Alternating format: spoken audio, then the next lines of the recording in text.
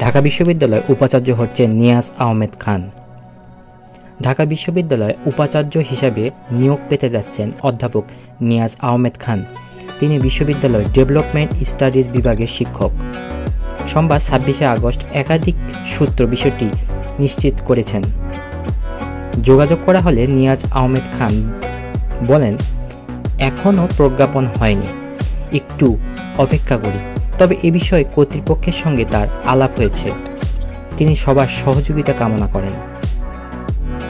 ঢাকা বিশ্ববিদ্যালয়ের উপাচার্য অধ্যাপক সীতেশ চন্দ্র বাছার বলেন, আমিও বেশ কিছু জায়গা থেকে এ খবর শুনলাম।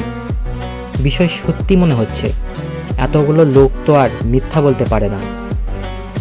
অধ্যাপক নিয়াজ আহমেদ খান বেসরকারি ইন্ডিপেন্ডেন্ট ইউনিভার্সিটি বাংলাদেশের IUB সহ উপাচার্য হিসেবে দায়িত্ব পালন করেছেন।